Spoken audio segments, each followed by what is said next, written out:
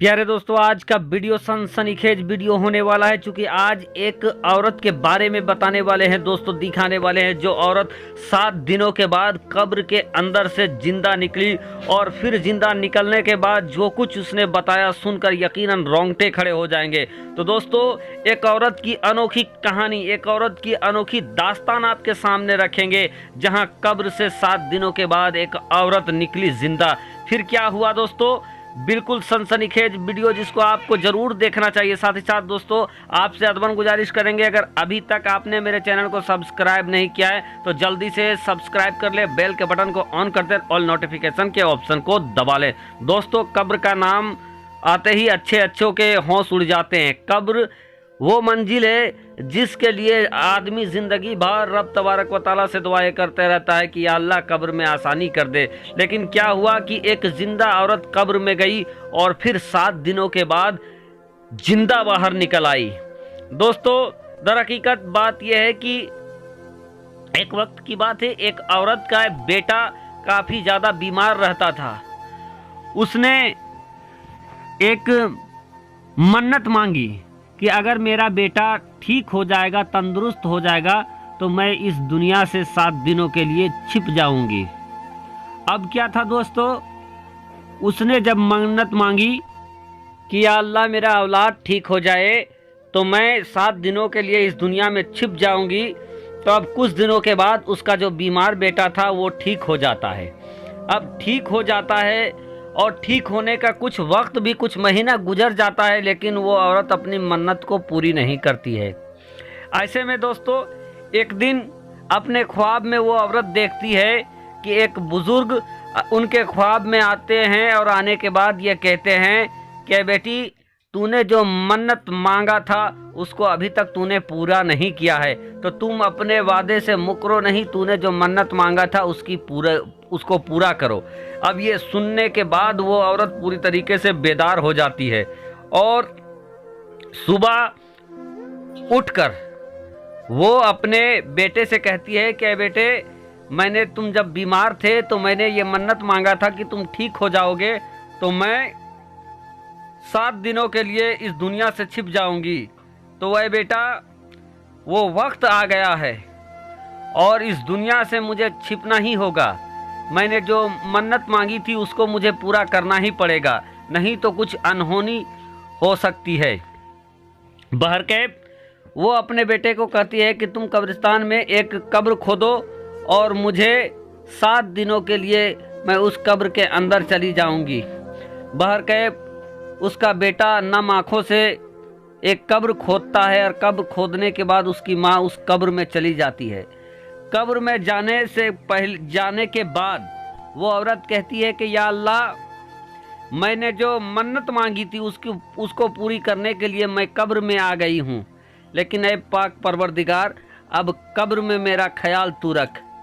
दोस्तों, इतना कह के वो औरत अभी बेहोश ही होने वाली थी कि उसकी निगाह खुलती है और ऐसा लगता है कि ऊपर की तरफ से एक रोशनदान है। जहाँ वो झांक कर देखती है तो उसको एक बहुत बड़ा बागीचा नज़र आता है और बागीचा में 2 औरत 2 घोड़े में सवार उसको नज़र आते हैं। वो औरत कहती है कि तुम बाहर आ जाओ। अब वो औरत वहाँ पर कब्र से उस रोशनदान के जरिए उस बागीचे में चल जाती है। बागीचे में जाने के बाद उन 2 औरतों को ये सलाम करती है, लेकिन सलाम का जवाब वो औरत नहीं देती है इनको। उसके बाद वो औरत देखती है कि दोनों बागीचे में घोड़े पे सवार हैं, लेकिन एक अजीब मंजर ये भी हो रहा है कि उस बागीचे में घोड़े पे सवार है जिसमें एक औरत को एक परिंदा उड़ते हुए उसको हवा कर रहा है, हवा दे रहा है, अपनी पंख से हवा कर रहा है, और दूसरे औरत के ऊपर एक परिंदा लगातार चोंच मारे जा रहा है।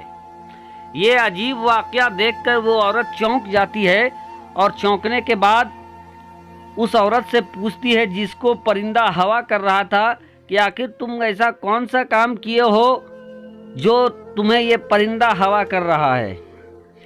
वो औरत कहती है कि सुने, मैं अपनी जिंदगी में मैं अपने शौहर का बड़ा फर्मा बरदार थी। मैं उनकी हर बातों को मानती थी। मैं कभी भी उनकी नाफरमानी नहीं करती थी और मेरा किरदार भी अच्छा था। मेरे किरदार की वजह से अल्लाह तबारक व ताला ने ये जन्नत के बाग मुझे अता किए हैं और अपने शौहर की खिदमत करने की वजह से ये परिंदा मुझे हवा करता रहता है।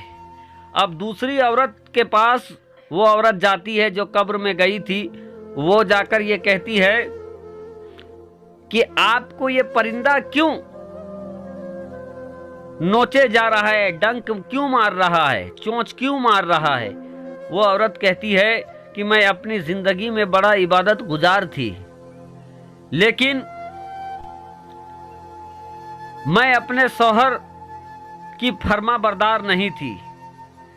मेरे शौहर के साथ मेरा रिश्ता सही नहीं था, लड़ाई झगड़ा होता रहता था और यही वजह है कि जब मेरी मौत हुई तो मेरे इबादत के बदले में रब तबारक व ताला ने मुझे ये बाग अता कर दिया है।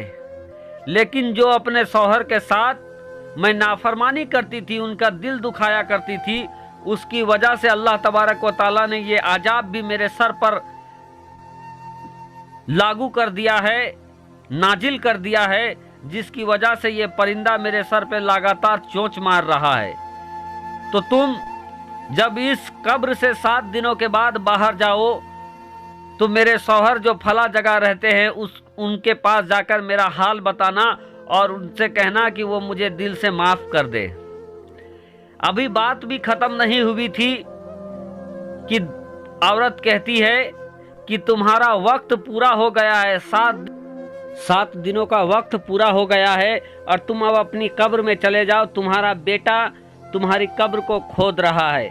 वो औरत फिर अपनी कब्र में आ जाती है और देखती है कि कुछ ही मिनट के बाद उसका बेटा ऊपर से मिट्टी हटा देता है और ऐसे का कुदरत ऐसा होता है दोस्तों कि वो औरत वहाँ से कब्र से निकल जाती है जिंदा। और निकलने के बाद फिर उस औरत के शौहर को वो ढूंढती है और ढूंढने के बाद उसको उसकी बीवी का हाल बताती है, जिस पे उसका शौहर काफ़ी गमजदा होता है और रब की बारगाह में दुआ करता है कि या अल्लाह मैंने उसे माफ़ कर दिया, आप भी उसे माफ़ कर दो।